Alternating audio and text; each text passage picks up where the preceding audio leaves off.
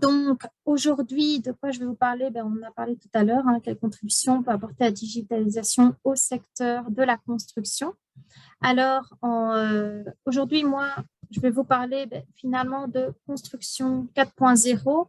Alors, qu'est-ce que c'est la construction 4.0? Moi, ce que je dis toujours, voilà, je ne suis pas là pour vous parler de technologie pour les technologies. Ce qui est important aujourd'hui, c'est finalement de se dire en quoi le digital, la construction peut vraiment, le digital en construction peut vraiment vous apporter une aide de manière très concrète.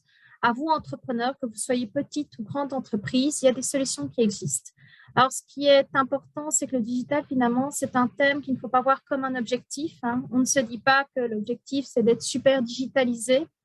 L'objectif, ce sera souvent de se dire on veut être plus performant, on veut gagner du temps, on veut peut-être évoluer en compétences, on veut aussi diminuer l'impact environnemental qu'on a. Ça, ce sont des objectifs. Pour y parvenir, il existe des outils et le digital en fait partie. C'est vraiment un outil pour vous aider en fonction de vos besoins. Et c'est ça aujourd'hui que je veux vraiment faire comprendre. Il y en a pour ceux qui sont encore sceptiques ou pour ceux qui sont déjà avancés dans le digital, vous faire peut-être découvrir des choses que vous ne connaissez pas et sur lesquelles on travaille au niveau du secteur. Mais pour commencer à parler de vraiment ce digital, finalement, c'est de se poser la question, pourquoi est-ce qu'on parle de digital? Qu'est-ce qui fait qu'aujourd'hui, on disait tout à l'heure, il faut sauter dans le train, sinon on est à l'arrêt. Vous le savez, vous êtes confrontés au quotidien, les chantiers se complexifient. Il y a de plus en plus d'intervenants sur chantier et vous devez répondre à de plus en plus d'exigences, que ce soit des exigences en termes de technicité, d'exigences énergétiques, thermiques, etc. Il y a beaucoup d'exigences que vous devez répondre. Les clients ont de plus en plus d'exigences aussi de leur côté et vous êtes confrontés donc à devoir répondre à tous ces paramètres. Alors, sur chantier, comme je vous le disais, il y a beaucoup d'intervenants. Ça fait aussi que vous n'êtes pas inconnu à ça, d'être sur chantier, de retrouver avec différentes versions de plans et des différentes versions qui ne sont pas toujours à jour. Il y a peut-être un intervenant qui a une version d'il y a 15 jours, un intervenant qui a celle de la veille ou diverses solutions possibles si vous travaillez avec des sous-traitants, entreprises générales, différentes selon où vous êtes au niveau de l'entreprise. Donc, le dialogue n'est pas toujours facile avec les autres intervenants. Il peut y avoir des mauvaises communications, il peut y avoir des données qui sont perdues et tout ça, ça va amener à quoi? Des erreurs sur chantier, des retards et ça peut amener évidemment des surcoûts, ce qui n'arrange personne et d'autant moins également l'entreprise qui devra réparer des choses qui ne sont pas toujours de sa faute non plus. Donc ça, c'est un petit peu votre quotidien, je pense. Enfin, j'espère pas tous les jours, évidemment, mais vous n'êtes pas inconnu à ces problématiques. Alors, finalement, le digital, on le voit ici, c'était une petite information du CSTC qui avait sorti ce chiffre que 80% finalement des erreurs sur chantier n'étaient pas liées à une mauvaise compétence, mais à un problème d'organisation et de flux d'informations.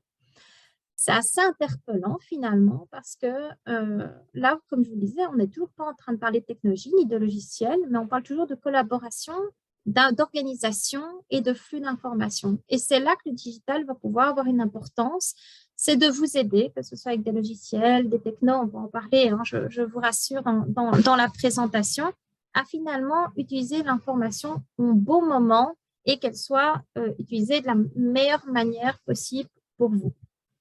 Alors, qu'est-ce que c'est finalement digitaliser mon entreprise? Qu'est-ce que ça représente? Nous, ça fait quelques années en fait qu'on travaille avec la Digital Wallonia, l'agence du numérique. Je ne sais pas si vous connaissez. C'est une agence qui est gouvernementale en fait, qui est située à Gembres en fait pour ceux qui connaissent dans le Namurois et qui travaille avec différents secteurs, notamment le secteur de la construction, pour apporter vraiment des solutions concrètes, faire des projets et essayer d'apporter, comme je le disais, des solutions pour le secteur. On a créé le logo Construction 4.0. Donc, c'est vraiment rentrer dans nos missions du quotidien, de venir vous aider à essayer de mieux comprendre le digital et voir en quoi ça peut vous aider. Alors ici, le digital, c'est comme je disais tout à l'heure, c'est un outil, c'est pas venir vous rajouter une couche, même si pour certains, ça peut avoir cette sensation que il faut, quand on va intégrer un logiciel, ça prend du temps, c'est de l'argent, pourquoi j'en ai besoin, finalement, c'est du blabla. C'est vrai qu'il peut avoir c'est ressenti. Mais l'important, c'est d'être bien accompagné, de se poser les bonnes questions, comme je vous le disais. C'est ça que je vous invite à faire vraiment, c'est vous demander, tiens, lors de mes phases, ici, on voit les phases de projet classique. Hein.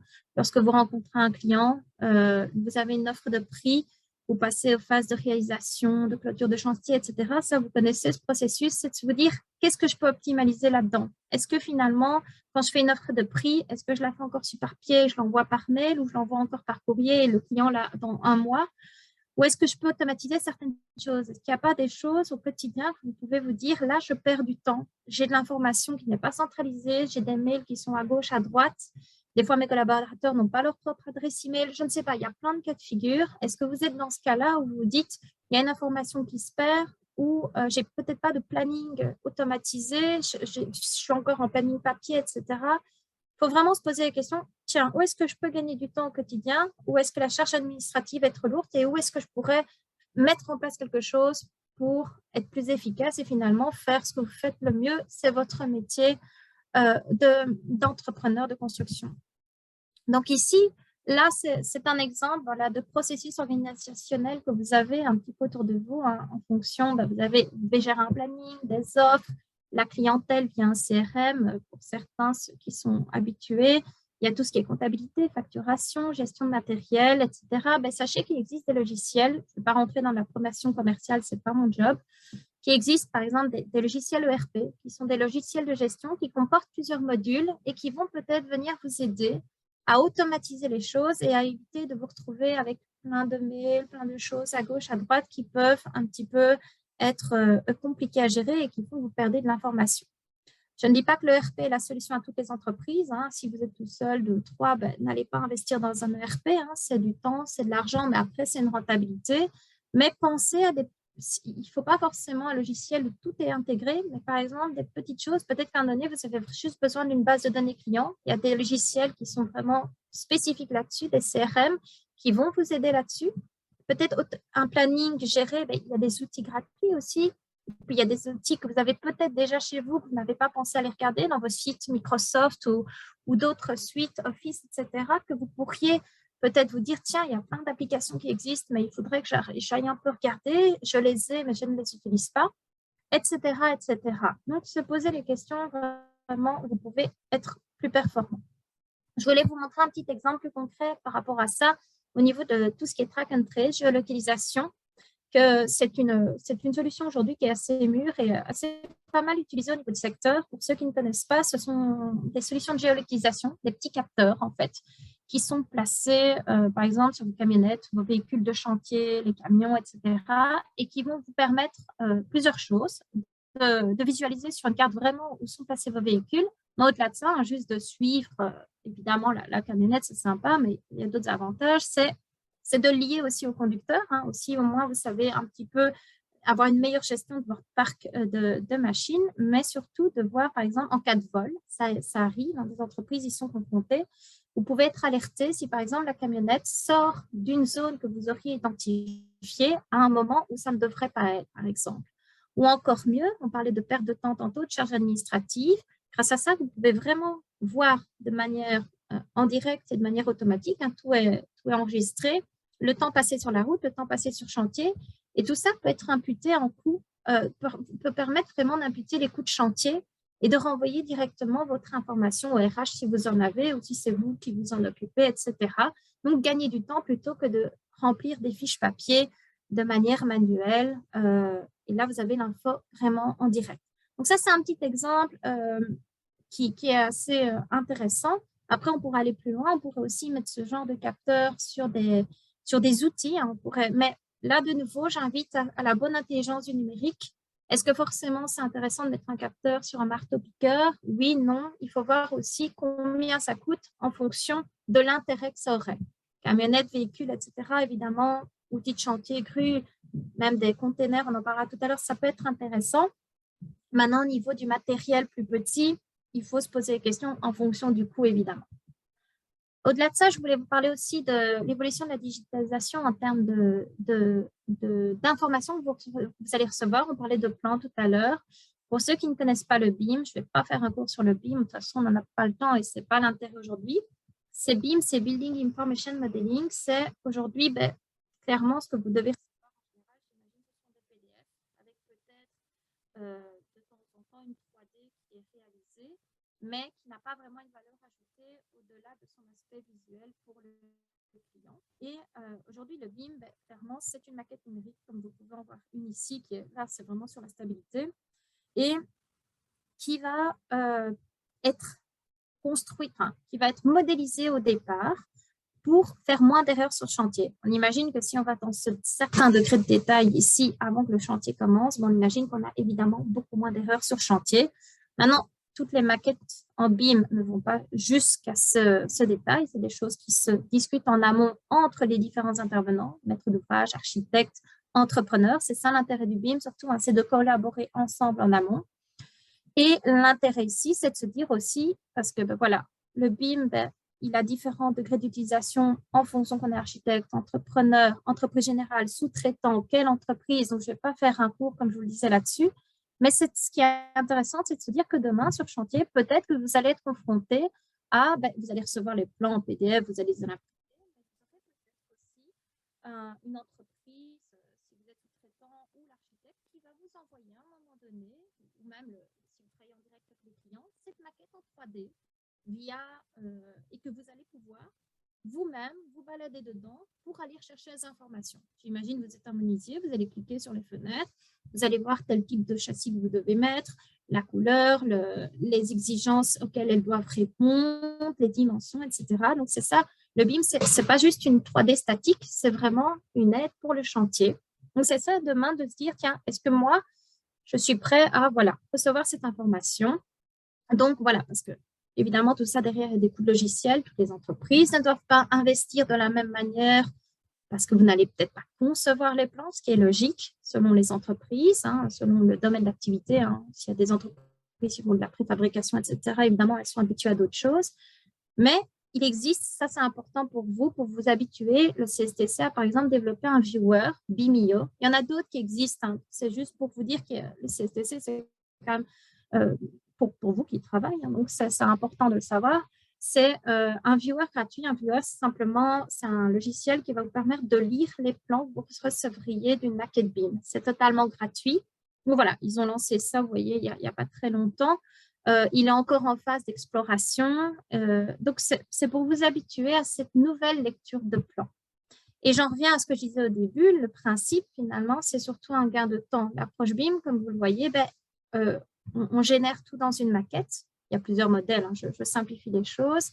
Et le but, finalement, c'est de partager cette information aux intervenants et d'être le plus efficace possible pour faire moins de temps, comme dans les processus traditionnels où on s'échange des informations, des PDF, des informations statiques, etc., où on peut perdre beaucoup de temps. Donc voilà, maintenant je ne dis pas que le BIM c'est facile, je ne vais pas dire des choses qui sont fausses ici, il faut un temps d'adaptation, comme je vous le disais. Mais voilà, si vous avez des questions à ce sujet-là, n'hésitez pas à nous revenir, on pourra aussi vous aiguiller pour en apprendre davantage. Maintenant, si vous commencez la conscientisation à ce niveau-là.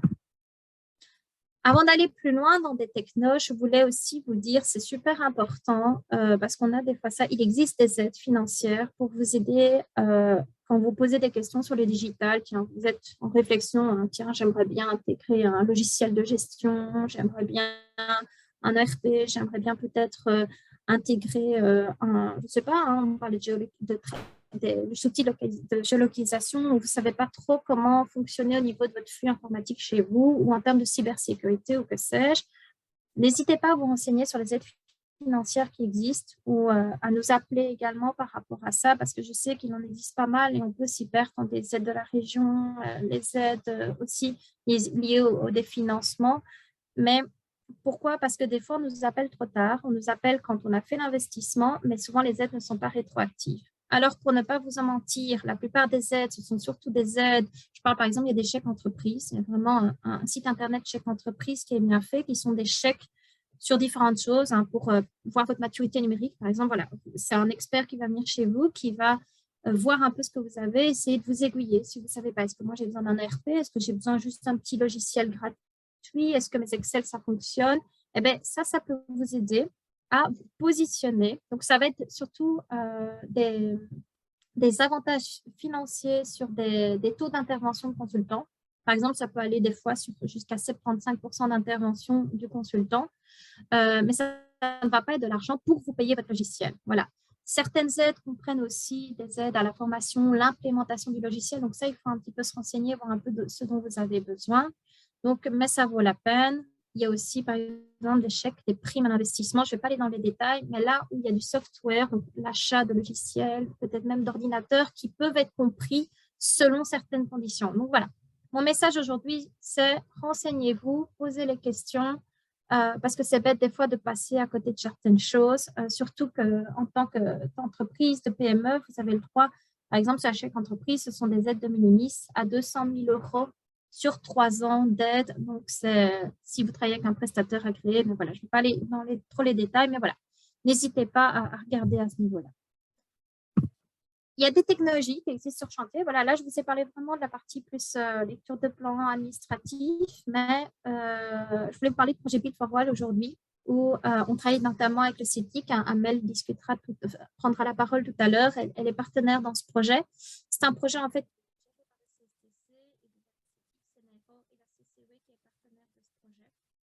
en gros, qu'est-ce que c'est Build for Wall? C'est un démonstrateur construction 4.0. On a commencé ce projet il y a 3 ans. Et concrètement, si je dois grossir le trait, c'est en fait essayer de faire tester aux entreprises, donc vous, des technologies que le CSTC, par exemple, a acquis, et de tester des scénarios, par exemple, aussi avec vous pour voir si ça pourrait vous intéresser. Et c'est un win-win aussi parce que à la fois, ça permet de tester avec vous avant d'acheter, hein, parce que, allez, il y a certaines technologies qui peuvent coûter cher et ce n'est pas dit que si vous les achetez, ça va vraiment répondre à votre besoin. Donc, le but, c'est de tester avant peut-être et de voir ce qui peut correspondre à vos besoins. Donc, n'hésitez pas si à un moment donné, il y a quelque chose que, tiens, moi, j'aimerais tester un drone parce que j'ai tel besoin de nous appeler.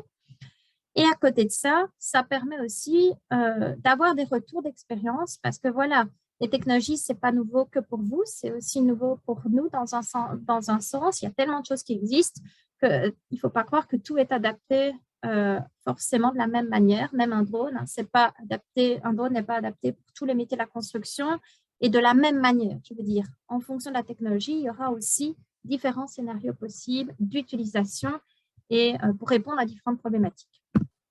Donc, je vais vous montrer ici quelques exemples de techno qui tournent autour de ce projet et autour aussi du BIM. Il y a une maquette en 3D, mais ça, voilà, on en a parlé. Donc, le CSTC a acquis des équipements. Ça, c'est plus pour le côté fun. C'est la vitrine aussi du projet. Ils ont acquis 2 automobiles équipés. Vous voyez, c'est des semi-mob, camionnettes. Et ils se déplacent sur les chantiers. Ils peuvent se déplacer sur les chantiers, donc ils sont vraiment demandeurs à ce niveau-là. Ils ont fait des roadshows chez des fournisseurs de matériaux pour faire connaître et rencontrer les entreprises. Et avec la CCW, on travaille à rencontrer les hautes écoles et également les organismes de formation pour faire des actions avec eux, faire des ateliers pratiques où les jeunes viennent tester pour être confrontés, pour en apprendre un peu plus sur ce qui pourrait être confronté plus tard sur chantier. Et vous allez voir, ce n'est pas forcément toujours des technologies très, très high-tech avancées qu'on se dit que c'est impossible. C'est aussi des engins de mesure, tout simplement, hein, des nouvelles manières de mesurer avec des outils un peu plus performants. Donc voilà, ça peut être aussi des petites choses pour essayer de montrer au monde académique un peu plus la réalité du terrain et de nouveau d'avoir des retours. Hein, c'est toujours important. Hein, on ne vient pas prêcher une bonne parole. C'est aussi d'avoir le retour de la réalité pour nous nourrir. Alors, de techno, il y a les drones. Donc, les drones, je pense qu'on en entend de plus en plus parler. Ça fait un moment, il y a beaucoup d'entreprises maintenant qui s'en acquérir. Alors, ce qui est important, que je disais tout à l'heure, la technologie, ben, finalement, ce n'est pas ça qui est important, c'est ce qu'on peut faire avec. Un drone, finalement, c'est juste un objet volant. Hein. Et même, c'est parce que c'est un drone qui vole, mais l'important, c'est par exemple, si on vient mettre un appareil photo dessus, on va pouvoir prendre une série de photos, on appelle ça la photogrammétrie, et cette série de photos va permettre je grossis le trait, de sortir un modèle 3D sur lequel vous allez pouvoir prendre des mesures sur lesquels vous allez pouvoir faire des esquisses et avoir directement un relevé assez précis rapidement. Donc, c'est ça aussi qui est important. On peut se dire qu'il y a pas mal d'utilité à ça. Pour prendre peut-être, voyez ici, ça c'est un exemple de modèle 3D qui a été réalisé avec un drone qui a pris une série de photos. Vous voyez que c'est quand même assez réaliste. Donc, ça a certains avantages. On imagine, on arrive sur un chantier, au lieu que l'homme il sorte l'échelle ou peut-être l'échafaudage pour monter sur la toiture, il sort son drone, il va faire quelques photos, il sort un modèle 3D. Bon, après, il faut le faire aussi. Il y a des géomètres aussi qui le font. Ce n'est pas toujours l'entreprise. Il faut voir un peu les besoins. Et ça sort déjà un travail de qualité assez rapidement au lieu de tout ce que je viens de vous expliquer, la démarche manuelle de la personne qui monte sur le toit. Après, évidemment, on n'intitule pas un drone comme ça. Il y a des réglementations de vol. Il faut, si on le fait de manière professionnelle, évidemment, il faut avoir un permis de pilote. Mais ça, c'est des aspects que je laisse sur le côté aujourd'hui parce que je n'ai pas le temps d'aller dans ces aspects-là. Mais ce qui est important, c'est de se dire, voilà, est-ce que moi, en tant qu'entrepreneur, je me dis, je pourrais gagner du temps là, ça pourrait m'aider dans mon métier parce que je dois souvent aller faire des relevés de terrain, etc. Ça me prend du temps, c'est précis, mais pas autant que je voudrais et ce genre de techno pourrait m'aider. Peut-être pour aussi accéder à des endroits compliqués et dangereux. Imaginons un pont qu'il faut aller inspecter sous le pont, le drone peut y aller, par exemple. C'est des choses comme ça qu'il faut se dire. Et là, vraiment, il y a des scénarios qui ont été réalisés, donc c'est vraiment des choses où on peut vraiment avoir un intérêt. Ils sont en train de développer aussi des choses au niveau de la thermographie aussi. Donc ça, n'hésitez pas s'il y a des choses que vous avez envie de tester sur votre propre chantier, le projet est là pour ça. Réalité virtuelle et augmentée. Réalité virtuelle, pour ceux qui ne connaissent pas, en fait, réalité virtuelle, c'est vraiment, vous mettez un casque, vous êtes immergé comme dans un jeu vidéo. Je crois que c'est le terme de nouveau. Réalité augmentée, ça va être, vous avez vraiment sur une tablette ou des lunettes, vous avez votre monde réel et vous allez superposer des éléments virtuels dessus. Alors, il y a différents avantages. Et réalité virtuelle, par exemple, on peut imaginer, je ne sais pas moi, vous savez qu'en termes si on est architecte, ce n'est pas le public aujourd'hui, on peut imaginer, on montre ça aux clients, etc. Mais même pas que des architectes, ça peut être intéressant. Par exemple, un menuisier qui veut montrer à son client, tiens, regardez ce qu'on a fait sur l'espace. Est-ce que c'est ce que vous imaginez? Non. Là, moi, je n'imaginais pas l'espace comme ça. Ou au niveau, s'il y a des choses à faire sur mesure, etc., la personne est vraiment immergée, elle voit directement. Ou alors, on peut mettre des applications où vous avez un petit pot de peinture et vous allez chipoter avec ce fameux casque et pouvoir changer la couleur, par exemple, du mur. Ou alors, au lieu de, voilà, la couleur des carrelages, etc. Et le client perçoit directement les choses plutôt que passer par X versions de plan ou de montrer avec des échantillons où le client n'a pas toujours l'aspect, il va voir les échantillons, il va être là devant son chantier, il va être là, oui, mais je ne sais pas. Et quand ça va être fait sur place, il ne va pas avoir la même représentation que s'il l'avait vu peut-être en 3D. Donc, ça peut avoir un certain avantage par rapport au client pour lui montrer les choses plus directement, gagner du temps. Donc, ça dépend un peu si le client voit facilement en 2D, etc., l'approche que vous voulez avoir. Donc, voilà, c'est de nouveau, je ne dis pas que ça marche à tous les coups, c'est avoir, vous, dans l'intérêt que vous pouvez en avoir dans votre métier. Réalité augmentée, on peut imaginer aussi que ça peut vraiment être très intéressant au niveau du chantier, par exemple, si on a allez, ici, par exemple, c'est un exemple qui a été donné, c'est peut-être de comparer la position de gaine technique existante par rapport à une rénovation qu'on va faire. Mais voilà, si on sait dire, si on vient placer ces lunettes et qu'on voit, tiens, là, je vois qu'il y a des gaines techniques parce qu'on l'avait enregistré au préalable, je vais peut-être faire attention quand je vais faire mon percement, ou alors je vais placer, ou alors on imagine, on est dans un espace qu'on va rénover, on vient superposer les nouvelles cloisons et on voit un petit peu comment les choses se mettent en place, comment les choses peuvent se coordonner avec l'existant pour éviter des problèmes sur chantier qu'on n'aurait peut-être pas imaginé. Donc ça, c'est des choses encore qui peuvent être pas mal intéressantes pour éviter des erreurs sur chantier. Notamment, on travaille aussi avec le CRR au niveau de la route et en train de faire des exercices à ce niveau-là qui peut être pas mal au niveau des impétrants pour venir voir un peu ce qu'il y a dans le sol et si tout est numérisé, qu'on peut vraiment digitaliser et voir les gaines, ça peut être vraiment un avantage quand il y a des travaux. Alors, scan 3D, on a parlé tout à l'heure hein, via le drone, mais il y a d'autres outils de mesure. Là, il y a des technologies qui peuvent aller de tous les prix. Vraiment, ça, faut regarder. Mais des fois, il y a des petits outils qui ne coûtent pas trop cher. Il ne faut pas toujours investir dans des grosses sommes, de nouveau en fonction un petit peu de l'utilisation. Il y a des petits scanners 3D qui existent, qui ne sont pas plus hauts que ça. Vous allez passer, ils vont faire une vue à 360 degrés et ils vont faire vraiment une image panoramique. Une image à plat, vous allez pouvoir voir la photo et vous balader. Mais ça peut être peut-être intéressant de donner, vous êtes sur chantier, vous faites une image 360, vous faites au quotidien, ben voilà, pour le chantier, pour avoir une visualisation et montrer au quotidien aux clients ce que vous avez fait et pouvoir peut-être voir, ben, l'ouvrier sur chantier, il fait la photo, il envoie peut-être au bureau l'info, tiens, il y a un problème, est-ce que tu peux regarder, voyez directement. Ça peut se faire par ça peut se faire aussi par des outils smartphone, vous montrez en direct aussi, vous faites des vidéos. Voilà, ça dépend de nouveau ce qu'on veut faire avec. 3D scanning, les scanners 3D, c'est aussi, derrière, c'est l'important, c'est aussi d'avoir un mesurage très précis. Il y a des outils qui existent qui peuvent vraiment venir scanner vraiment que ce soit, bah, par exemple, allez, on m'avait déjà expliqué ce cas, hein, ça ne vient pas de moi, c'était lors d'une rénovation de charpente. Il y a vraiment une succession de poutres et là, l'entrepreneur me dit, si je dois commencer à mesurer ça avec les outils classiques, ça va me prendre un temps dingue et en plus, ça ne va jamais être précis comme je voudrais. Mais là, il a mis le scan 3D.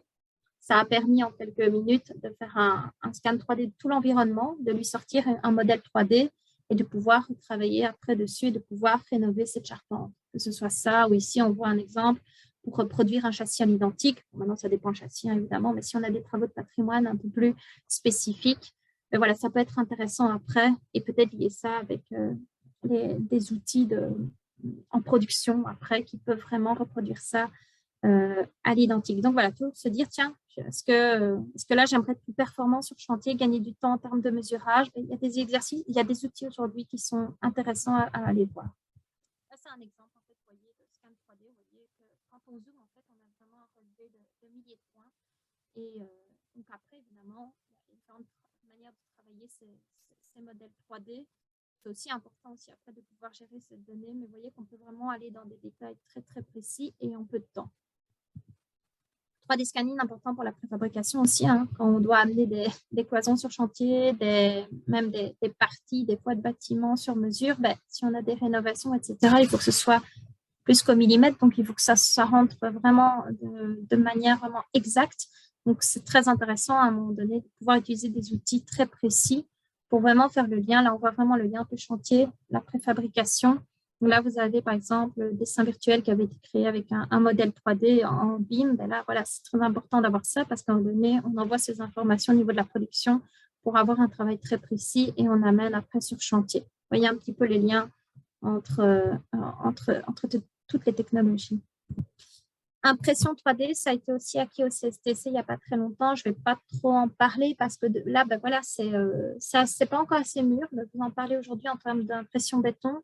Donc voilà, le but n'est pas de vous parler de la techno pour la vente. Ici, ben, c'est pour info, vous dire que voilà, il y a des tests qui sont en train d'être réalisés. Hein, donc ça on en saura un peu plus par la suite. Maintenant, l'impression 3D dans d'autres cas,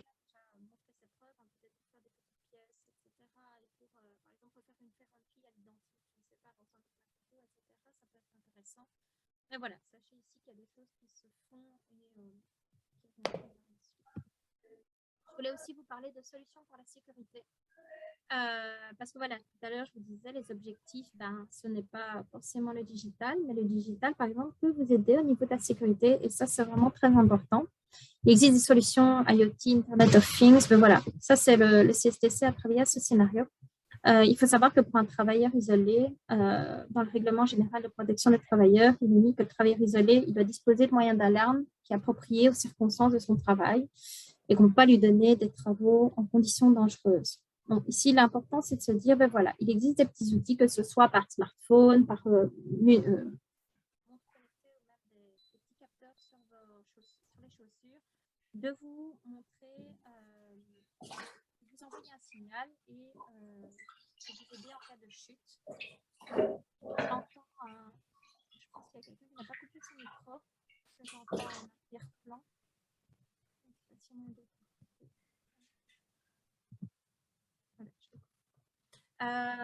Donc, en fait, dedans, ben, c'est un gyroscope qui permet en fait de calculer l'accélération du mouvement dans cet appareil. Et en fait, s'il va identifier s'il y a une chute dans le sang, si pendant un certain temps, il n'y a plus de mouvement de la personne, en fait.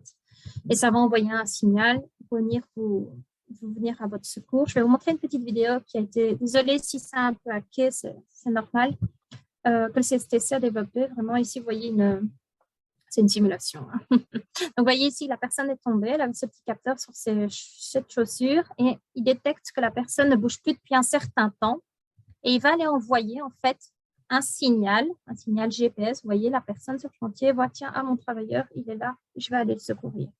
Une autre application avec ce système, c'est au niveau de la chaussure, il va approcher ici d'un véhicule sur chantier et il va dire, tu es dans ma zone, tu ne peux pas y être. Et donc, il va aussi envoyer un signal pour dire, tu es près d'un véhicule en mouvement. Ici, il y a une autre utilisation. On a mis le capteur sur un engin et à l'inverse, il va mesurer qu'on a bougé le cône. Donc, ça va envoyer un système en disant, attention, toi, tu ne pouvais pas bouger le cône. Et ça va envoyer un système à l'ouvrier, au travailleur, en lui disant, mais tu ne pouvais pas bouger, remets le balisage au chantier comme il était. Donc, vous voyez différents cas hein, pour une chute, prévenir une chute, pour par exemple montrer que le balisage de chantier ne peut pas le bouger hein, parce qu'il y a une zone à sécuriser, ou alors quand on rentre dans le périmètre qui a été mis en place par rapport à un véhicule de chantier pour éviter de rentrer en confrontation. Donc voilà, des applications pour la sécurité, des exosquelettes. Je ne sais pas si vous en avez déjà utilisé, mais si pas, je vous invite vraiment à le tester. Il ne faut pas imaginer ça comme quelque chose de robotique. Ce qui est important, vous voyez ici, il en existe plusieurs sortes. Et vous voyez que ça peut quand même diminuer l'effort musculaire et donner plus d'endurance. Je vais montrer de nouveau une petite vidéo qui a été réalisée en situation. Le CSTC avait fait ça. Ben là, voilà, il y a plusieurs sortes d'exosquelettes. Ici, c'est un avec un bras articulé qui va permettre de porter plus facilement un marteau-piqueur. Et vous imaginez sur une journée où on fait ça, par exemple, pendant 8 heures, pour les vibrations, ben ici, ça permet déjà d'avoir un meilleur maintien. Vous allez voir sur la vidéo que le poids est beaucoup mieux réparti. Moi, j'ai déjà testé le marteau-piqueur. Bon, c'est peut-être pas le bon exemple. Je ne saurais peut-être pas le porter sans l'exosquelette ou pas aussi longtemps, en tout cas. Et vous voyez que ça permet vraiment un travail d'aider vraiment le travailleur. Ici, c'est une autre sorte d'exosquelette. Il faut un peu plus de temps pour le mettre, mais une personne à viser en 1 minute, il est mis. Et ce qui est important pour les exosquelettes, ça, c'est, il ne faut pas croire que ça peut permettre, voilà, de soulager le travailleur, d'éviter des problèmes comme des lumbago, etc. Mais surtout, il ne faut pas croire que c'est pour porter plus. C'est surtout pour porter mieux. Et ça, c'est très important. Si on ne veut pas se croire un super-héros avec ça, si c'est mal utilisé et si on en fait trop et qu'on en demande beaucoup trop, ben, il peut y avoir des accidents aussi. Donc, le but, c'est vraiment d'aider le travailleur. Ici, par exemple, c'est une autre sorte qui va permettre, voilà, quand il va se relever, il y a un ressort qui va compenser l'effort et éviter vraiment d'avoir des problèmes de dos et de se faire des déchirures comme ça peut arriver habituellement. Évidemment, toujours prendre une bonne position. Ça, évidemment, il faut que ce soit bien fait. Il y a encore un dernier exemple d'exosquelette sur la vidéo.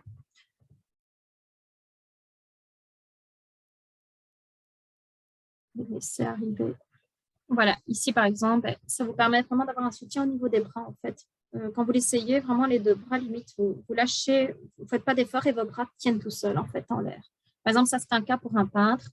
Avoir l'application, ça peut être ça, ou d'autres applications, si à un moment donné, il faut rester très longtemps avec les bras levés, ça peut vraiment être un avantage pour le travailleur.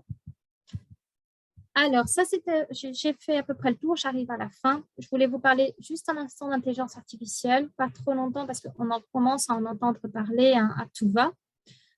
Et on peut se demander si ça peut vraiment aider l'entreprise. Donc, on commence à travailler à ce sujet. Mais l'intelligence artificielle, finalement, en effet, ça peut aider pour certaines choses aussi. Par exemple, détecter des casques sur un chantier. Si tout le monde a son casque, il peut reconnaître, tiens, une personne n'a pas son casque, une personne a son casque, une personne a son gilet, il n'a pas son gilet. Donc, ça peut aider au niveau de la sécurité. Ça peut aider, par exemple, de détecter un engin de chantier en mouvement par rapport aux travailleurs. De nouveau, il faut se poser la question, si je suis tout seul sur mon chantier, évidemment, ça n'a pas d'intérêt. Si je suis à 2, 3, est-ce que ça a un intérêt? Voilà. Peut-être pour un plus gros chantier où il y a vraiment une masse critique et là où en termes de gestion, ça peut être utile. Voilà, en termes de gestion logistique, d'optimisation pour prédire aussi certaines choses.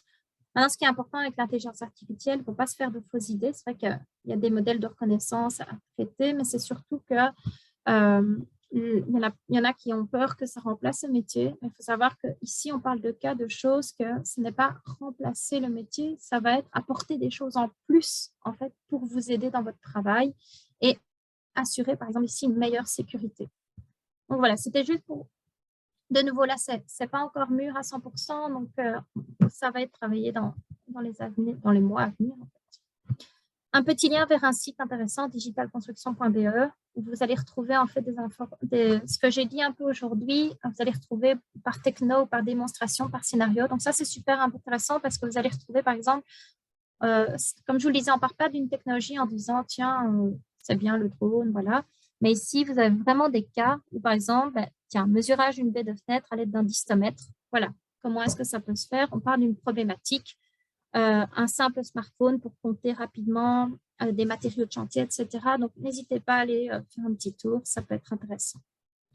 Voilà, moi j'en viens à la fin de ma présentation et je voulais rappeler, parce que moi je ne suis pas du tout pro-technologie bizarrement, enfin, dans le sens que je rappelle toujours que ce qui est important, c'est comme je disais, l'humain reste au centre de la démarche. L'important, c'est les objectifs que vous avez à atteindre et vous dire dans votre quotidien de quoi j'ai besoin et de se poser les bonnes questions. Donc voilà, n'hésitez pas si vous avez des questions, si à un moment donné vous voulez tester des choses, de revenir vers vous.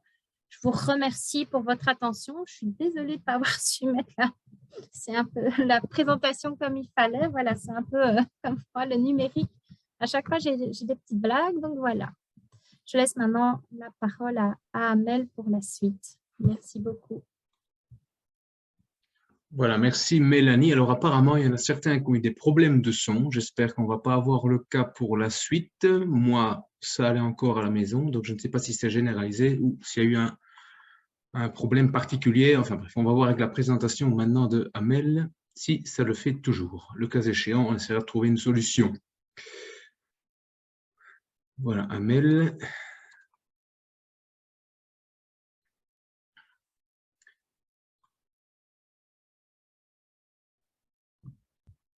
Et voilà. Amel, est-ce que tu nous entends? Oui, oui, je vous entends. Voilà, donc Amel, tu peux partager ton écran également. OK.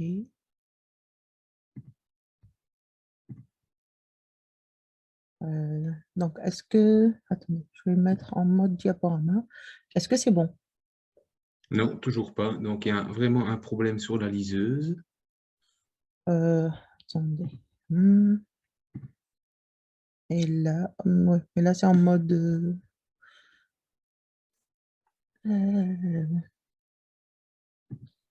Il va falloir que tu le mettes en diaporama.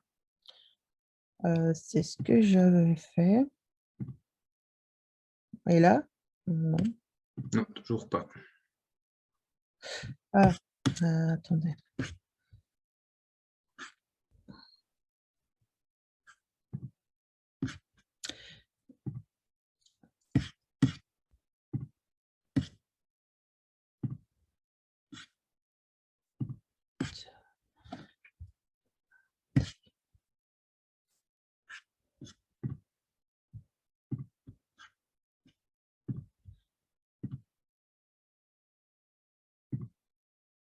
Est-ce que c'est mieux comme ça? Non, le diaporama ne commence toujours pas. Bah, en fait, bizarrement, de mon côté, c'est en mode diapo. Je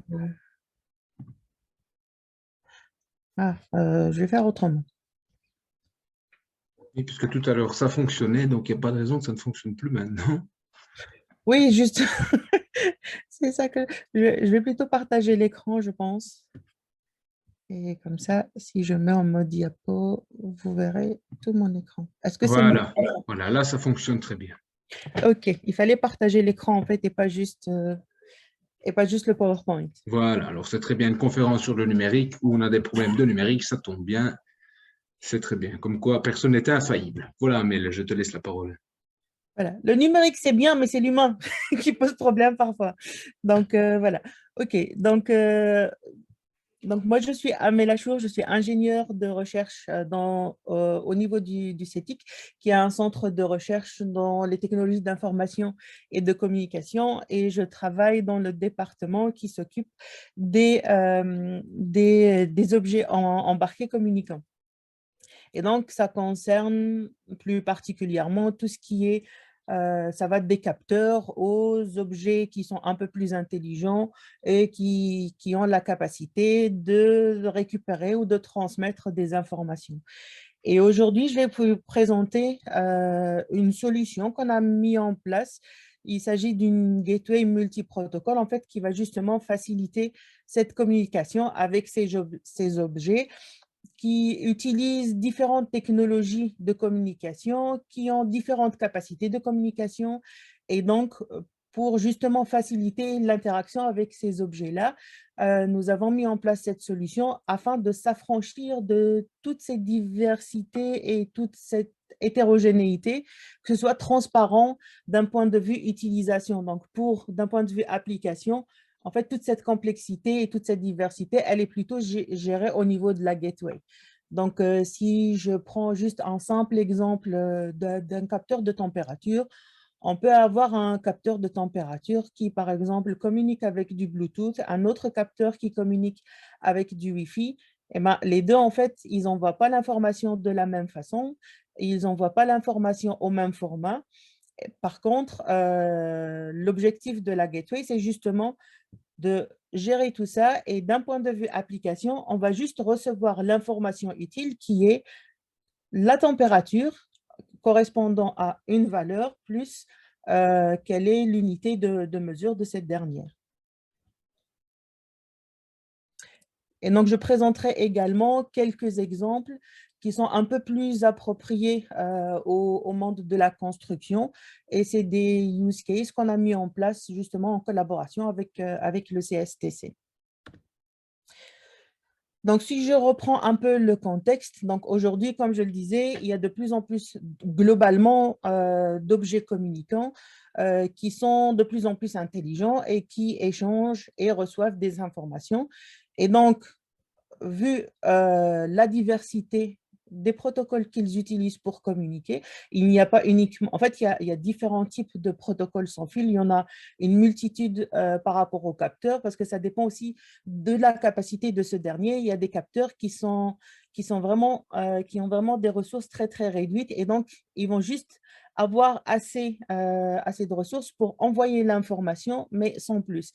Et donc, les technologies de communication, ils sont adaptés aux capacités de ces derniers. Et donc, on peut se retrouver avec une multitude de technologies et chaque technologie, elle a ses spécificités. Et donc, pour s'y retrouver, c'est un peu compliqué. En plus,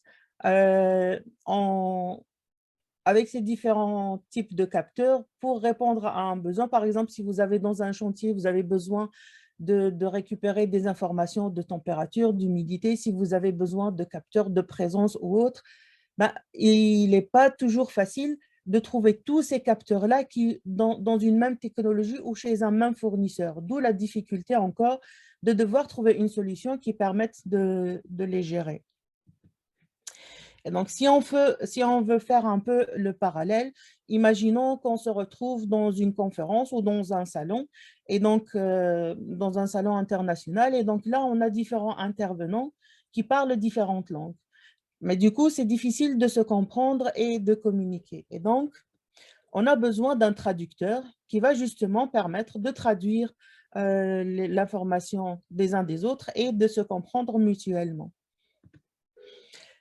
Donc, c'est exactement la même chose par rapport aux objets communicants, qui chacun a son propre langage et donc chacun communique à sa façon, chacun présente les données à sa façon. On a des capteurs, par exemple, qui sont assez structurés, assez intelligents, qui vont nous envoyer l'information utile de manière structurée. Donc, on peut directement, dans le paquet qui est envoyé, retrouver la mesure, retrouver l'unité, retrouver des informations complémentaires. D'autres capteurs qui sont assez basiques, ils vont juste envoyer une suite binaire. Et donc, c'est à l'application de se débrouiller pour justement interpréter cette suite et la décortiquer. Et Là, au niveau applicatif, ben, on a différentes plateformes qui vont exploiter ces données. Donc, ces différentes plateformes aussi ont leur propre fonctionnement. Et donc, à chaque fois, il faudrait s'adapter en changeant d'application ou de système distant. Ben, il faudrait s'adapter aussi à ces spécificités. Et donc, la solution qu'on a trouvée, c'est de mettre en place un traducteur universel qui va justement jouer le rôle d'intermédiaire entre les différents capteurs. Quand je parle de capteurs, en fait, ce n'est pas uniquement un capteur en tant que tel, ça peut être des équipements, mais qui sont intelligents et qui ont justement la capacité de communiquer avec les différentes plateformes ou systèmes distants qui vont utiliser justement ces informations. Donc, en fait, comme je le disais, toute cette complexité, cette hétérogénéité, elle est prise en charge par cette solution ou par ce traducteur universel. Et donc, au niveau applicatif, on va uniquement voir l'information utile et on aura justement les différents connecteurs vers différentes applications et peu importe comment elles fonctionnent, c'est à ce traducteur-là de faire le travail et de trouver la bonne façon de communiquer. Donc, l'intérêt de tout ça, c'est d'avoir plus d'autonomie, de la flexibilité et de la scalabilité quand on veut mettre en place une infrastructure pour récolter des données. Donc, en termes d'autonomie, on avait dit que la solution en soi, elle permet justement de s'affranchir des fournisseurs ou des marques, s'affranchir des technologies ou des protocoles de communication utilisés, donc on ne s'en occupe plus, et s'affranchir des plateformes ou des applicatifs qui vont utiliser ces données-là pour faire de l'analyse ou pour nous afficher des informations ou de l'historique des informations qui sont récoltées. Et donc, si je prends juste, par exemple, dans un chantier, ben, d'un chantier à un autre, si c'est un entrepreneur qui intervient sur différents chantiers, il ne va pas adapter sa solution à chaque fois, il ne va pas racheter du matériel à chaque fois qu'il change de chantier ou qu'il change de contexte. Donc, l'idée, c'est que c'est son matériel qui va s'adapter au nouveau contexte. Et donc, ça permet d'avoir un meilleur investissement et de plus le rentabiliser sur du long terme. Donc, en termes de flexibilité, l'intérêt justement de cette solution, c'est de faciliter l'installation. Donc, vu que c'est le traducteur en soi qui gère la diversité, on ne doit plus s'occuper de comprendre comment fonctionne telle ou telle technologie. C'est géré par la gateway. Il suffit juste si cette technologie elle est déjà supportée par le traducteur, on va juste le plugger et ça fonctionnera tout seul. Donc, le travail, en fait, il est fait une seule fois au départ. Donc, ça permet de faciliter l'intégration. Donc, supposons qu'à un moment donné, je choisis une certaine technologie parce qu'elle permet de répondre à mes besoins. Si au fur et à mesure de l'avancement du temps, mes besoins ont évolué, j'ai besoin de mettre en place de nouveaux équipements qui communiquent différemment, je ne vais pas refaire toute mon installation. Je vais plus rajouter à l'installation existante les nouveaux éléments dont j'ai besoin.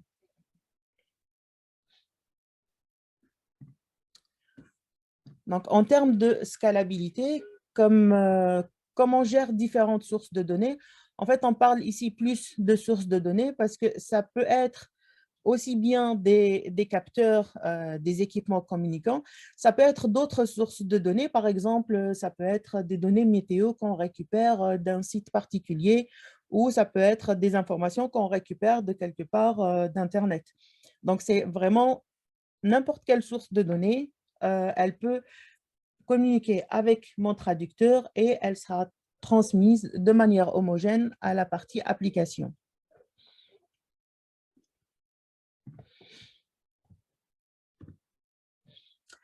Et donc là, je vais présenter quelques fonctionnalités de base qui sont prises en charge actuellement par ce traducteur. Et donc, en fait, indépendamment de comprendre à quoi correspond chaque technologie, on a les interfaces, différentes interfaces, aussi bien filaires que sans fil. Donc ça, c'est du côté capteur. Et on a les différentes plateformes du côté application. Donc, tout ce qu'il faut retenir principalement, c'est que le traducteur permet de supporter aujourd'hui différentes technologies sans fil et filaires qui sont les plus utilisées dans l'industrie ou dans un bâtiment de manière générale.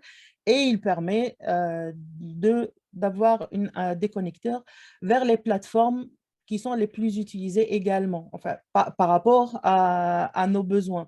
Maintenant, l'objectif aussi, c'est que le travail est toujours en perpétuel avancement sur ce traducteur et on essaye de l'enrichir en fonction des projets auxquels on participe, en fonction des besoins avec nos clients pour justement arriver à ce stade d'avoir une solution qui est universelle et qui s'adapte au contexte et pas l'inverse. Et donc, cette solution, elle peut tout aussi bien être déployée au niveau d'une gateway, comme ça peut être au niveau du cloud, comme on peut avoir un déploiement hybride. Donc, ça s'adapte vraiment aux besoins qu'on a sur le terrain, comme je l'ai dit, et pas inversement. En fait, l'idée de base, elle est venue justement parce que au fur et à mesure des projets, à chaque fois, on s'est retrouvé à faire des développements spécifiques, mais qui sont difficiles à réutiliser ou à personnaliser à d'autres contextes. Et donc, on a trouvé que c'était dommage de faire un effort pour développer des choses, mais si on n'a pas des clients qui ont les mêmes besoins, si on n'a pas des projets qui demandent exactement la même chose, bah, ça reste un peu dans les placards. Et donc, l'idée est venue de trouver une solution justement qui peut servir, mais qui peut évoluer et qui peut être personnalisable. Donc, ce que je vais présenter, donc là, j'ai présenté un peu le concept général indépendamment du contexte, indépendamment de l'usage. Et je vais présenter maintenant quelques cas pratiques qui sont un peu plus appropriés au monde de la construction. Et ce sont des use cases assez simples qu'on a défini en collaboration avec le CSTC dans un but illustratif pour montrer justement qu'est-ce que ça peut apporter d'avoir cette solution ou en quoi elle peut servir ou en quoi elle peut aider. Donc, le premier use case, c'est le monitoring du bâtiment. Ça peut être le monitoring d'un chantier. En fait, ça va fonctionner exactement sur le même principe. Ici, vous le voyez en haut à droite, c'est un petit capteur en fait qui permet de faire capteur d'ambiance et détecteur de mouvement. Donc, capteur d'ambiance, il permet de faire la capture de température et de la luminance. C'est ce qui est représenté par les graphes ici en bas. Donc là, on a choisi une représentation de l'historique sur une semaine. Donc, on voit un peu l'évolution de la température sur une semaine. Et sur la droite, donc ici, on voit en fait les informations de la dernière mesure qui a été envoyée par ce capteur. Donc, le choix en fait de l'affichage, la durée de l'historique, il est paramétrable et c'est variable.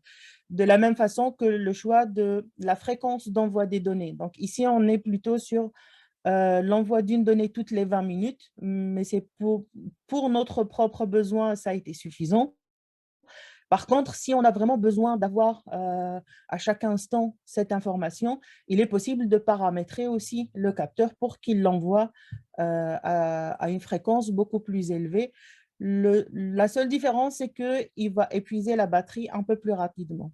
Mais c'est une batterie qui est censée tenir au moins 1 an en autonomie et avec un envoi intensif des informations.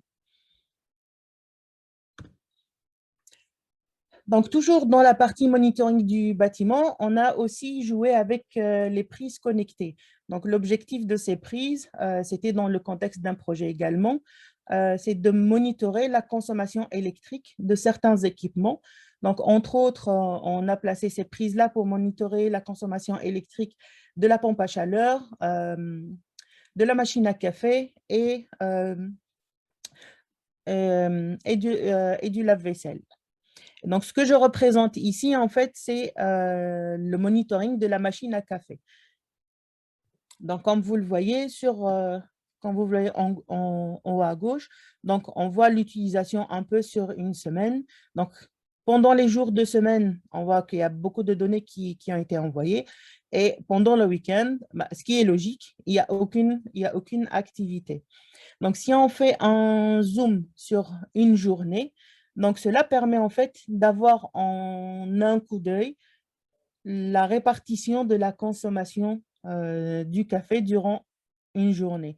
Donc, on voit qu'il y a une forte utilisation de la machine à café autour de 10 heures et aussi sur le temps de midi, entre midi et 14 heures. Cela renseigne aussi sur le nombre pas le nombre exact, mais le nombre de personnes globalement qui se trouvent au CETIC. Donc, pendant le confinement, par exemple, il y avait c'était pratiquement vide. On avait juste quelques pics de temps à autre. Là, on commence à reprendre une activité plus ou moins normale, d'où on remarque qu'il y a une plus forte fréquence. Donc ici, nous, pour juste les besoins de démonstration, on a utilisé la machine à café. Sur un chantier, ça peut être le monitoring d'équipements spécifiques. Ça peut indiquer, par exemple, comme je le disais ici, en un coup d'œil, si un matériel qui est connecté à cette prise, il a été utilisé ou pas, à quel moment il a été utilisé, juste en regardant en fait l'historique ici de la mesure. Donc, il n'y a pas besoin de faire une analyse supplémentaire. Il est aussi possible de faire des analyses supplémentaires en fonction de ce qu'on veut avoir comme information utile et de ce qu'on veut vérifier ou de ce qu'on veut mesurer. En plus, comme je le disais, dans notre cas, la machine à café n'est pas utilisée pendant le week-end.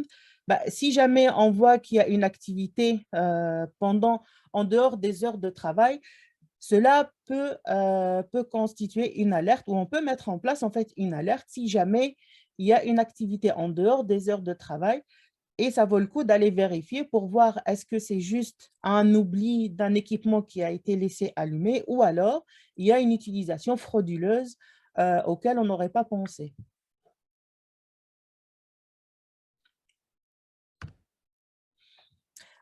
Donc, le deuxième use case, c'est par rapport au temps de décoffrage de béton. Donc, comme vous le remarquez ici, pour avoir cette information, il faudrait croiser les informations provenant de différents tableaux. Donc, les informations dont on a besoin, c'est la température, le taux d'humidité et l'information sur le type du béton. Soit, en fait, c'est l'information sur le type de ciment ou alors il y a un coefficient par rapport au béton en fonction de l'information dont on dispose.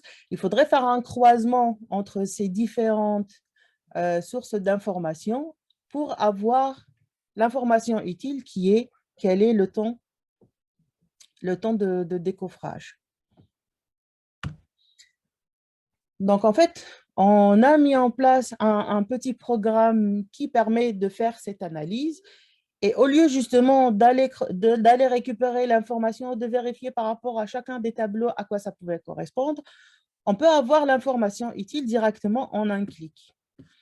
Et donc ici, en fait, ce qui est représenté, c'est que ici, en bas à gauche, on a voulu aussi représenter le fait qu'il y avait la possibilité d'avoir un plan. Ici, on a mis le plan de notre propre bâtiment, vu que tous ces équipements, en fait, ils sont déployés chez nous dans notre propre bâtiment. Mais ça peut très bien être dans un chantier ou dans un immeuble en construction. Il suffira juste ici de mettre les plans en fonction de l'endroit où on se trouve. On a gardé aussi, comme vous le voyez en bas, vers la droite, les informations d'ambiance de manière générale. Donc, on a tout ce qui est température, humidité, luminescence et bruit. Et dans le diagramme qui est en arrière-plan, donc on a ici l'information sur l'humidité. Les deux traits qui sont en gras ici représentent les seuils en fait à respecter par rapport au tableau que j'ai mis précédemment. Et on a les informations des dernières données reçues. Et ici, en introduisant en fait soit le type de ciment, soit soit le rapport par rapport aux deux coefficients, si en fonction de l'information qu'on a, en cliquant sur un bouton, ben, on a directement l'information utile qui est quel est le temps de décoffrage. Le troisième use case, il est un petit peu plus différent par rapport aux deux précédents, dans le sens où ici, on dispose d'une serrure connectée et donc, ce n'est pas uniquement une récolte d'informations, mais on a aussi la possibilité d'avoir une action sur cet équipement-là. Et donc, ici, entre autres, on peut commander cette serrure à distance. L'intérêt, en fait, d'avoir mis en œuvre une serrure connectée, c'est qu'on a imaginé le use case où, sur un chantier, on avait soit un local pour entreposer des équipements qui ne sont pas censés être utilisés par n'importe qui ou pour avoir un accès restreint à du personnel qualifié uniquement ou uniquement les personnes qui ont justement le code pour accéder à cette serrure. Ça peut être aussi une armoire qui est mise quelque part. Et donc, là aussi, c'est pour entreposer du matériel qu'on ne voudrait pas mettre à disposition à tout le monde. Et donc, comme vous voyez, ce qu'on a représenté ici au niveau du dashboard, c'est le numéro de série de la serrure, parce qu'il se peut que dans un même espace, on ait plusieurs serrures par rapport à plusieurs armoires ou par rapport à différents locaux. Donc, on peut spécifier ici avec un libellé où se trouve exactement cet équipement. Donc, on a le statut qui me permet de dire est-ce que la serrure est activée ou pas. Donc, quand elle est activée, ça s'allume en vert. Quand elle est désactivée, et donc c'est ouvert, elle est grisée. On a le bouton qui permet d'ouvrir ou de fermer la serrure. Et on a ici une petite sécurité qu'on a rajoutée, c'est que si après un certain temps qui est défini ici, donc on a mis 5 secondes pour les besoins de la démo parce qu'il y a une vidéo qui va suivre pour montrer ça. Donc, ça peut être, le temps ici, il est spécifié en secondes, donc on peut spécifier 1 minute, 2 minutes en fonction de ce qu'on estime nécessaire pour déterminer qu'au bout de ce temps-là, bah, si la serrure elle n'est toujours pas activée, il faudrait le faire. Il s'agit d'un oubli ou alors il y a un problème. Et donc, je vais passer la vidéo et j'espère que ça va bien fonctionner. Et donc, ici, en fait, ce que vous allez voir, c'est que la serrure, elle est activée. Donc là, je l'ouvre et donc, ça s'abaisse. Là, je ferme et donc, le loquet remonte. Donc là, la serrure est désactivée. Je ne fais rien. Et après 5 secondes, en fait, elle se ferme automatiquement. Donc, un autre use case qui serait utile pour un entrepreneur, par exemple, ou pour quelqu'un qui travaille sur différents chantiers, c'est de pouvoir, par exemple, déterminer est-ce qu'il a tout son matériel dans son camion. Donc, s'il doit le faire manuellement, ça risque de prendre du temps et on risque d'oublier quand même des choses. Donc, en ayant des capteurs plutôt basiques qui signalent uniquement la présence sur les équipements dont on a besoin, il suffirait d'avoir un dashboard qui permettrait en un clic, en fait, d'interroger ces capteurs-là et de déterminer est-ce que j'ai tout mon matériel ou alors me signaler s'il y a un matériel qui est manquant. Et donc, bon, bien sûr, on ne va pas mettre des capteurs sur tout et n'importe quoi non plus. Donc, ça vaut le coup peut-être de mettre un capteur sur une perceuse ou sur un équipement assez imposant. Mais sur un tournevis, on ne va pas s'amuser à mettre des capteurs sur les tournevis et les clés à molette.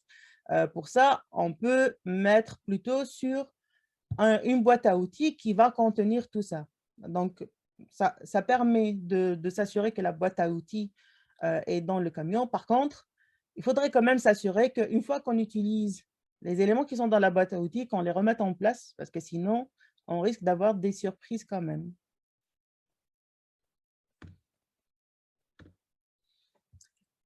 Et donc, on continue à travailler sur le projet Build for All justement pour définir, comme on n'est pas vraiment habitué à des problématiques qui sont liées au monde de la construction, donc on continue à travailler sur des use cases justement qui permettent d'illustrer en quoi le numérique ou en quoi ce qu'on fait au CETIC permet d'aider justement à faciliter la vie dans ce contexte-là.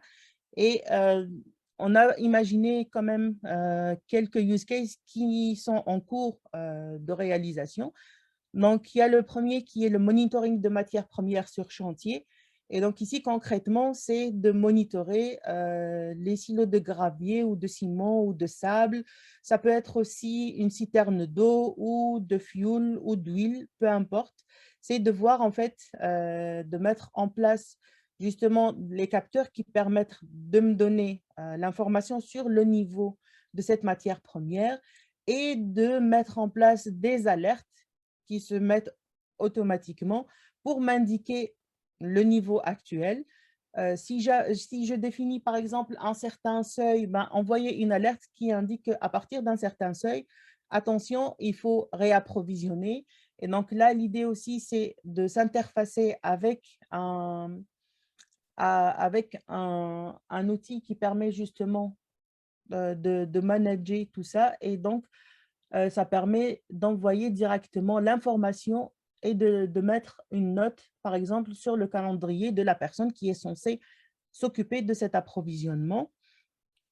Ça pourrait aussi indiquer soit un dysfonctionnement, si je prends juste l'exemple d'une citerne d'eau, si je vois qu'il y a une consommation anormale ou que le niveau a baissé de façon anormale, ça peut soit signaler qu'il y a une fuite et donc au plus tôt on s'en rend compte, au mieux c'est, ou alors ça peut aussi signaler qu'il y a potentiellement un vol ou une utilisation frauduleuse.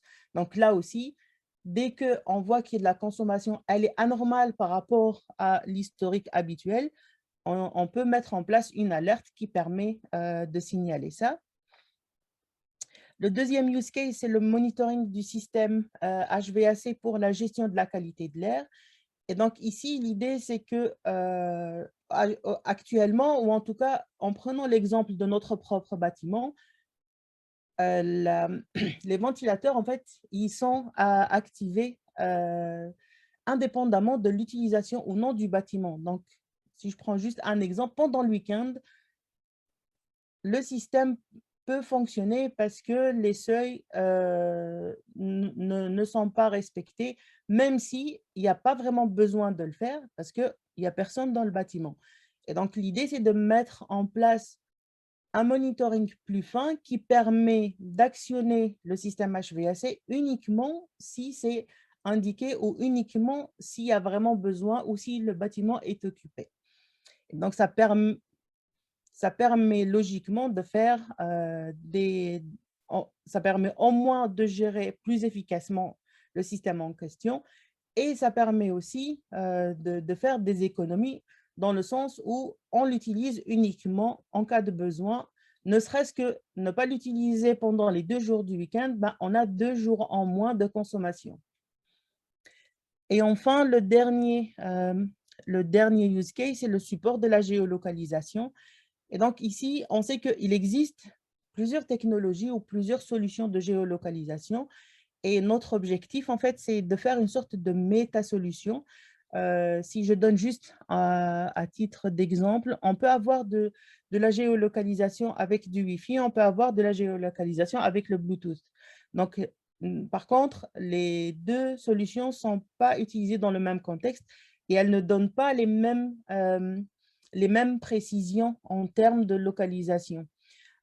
Si je prends un troisième exemple, il y a la technologie ultra-wideband, qui aussi est une technologie sans fil, mais qui offre beaucoup plus de précision que les deux précédentes. Par contre, elle nécessite un investissement beaucoup plus lourd en termes d'équipement et elle nécessite une infrastructure propre. Or, le Wi-Fi et le Bluetooth, ils sont déjà de base disponibles dans pratiquement tous les bâtiments de bureaux de manière native. L'objectif, du coup, c'est au lieu de faire un investissement tout court, c'est d'investir uniquement là où c'est vraiment nécessaire et de compléter l'information avec les technologies qui existent déjà.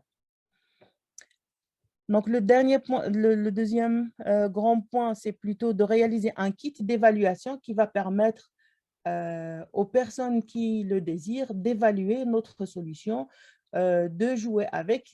Il s'agit de mettre à disposition une gateway avec 2 ou 3 capteurs qui permettent justement de voir comment ça fonctionne, essayer d'imaginer l'utilité, de voir justement, on dit que c'est facile d'installation, il n'y a pas besoin d'avoir des compétences technologiques bien fortes pour pouvoir l'utiliser.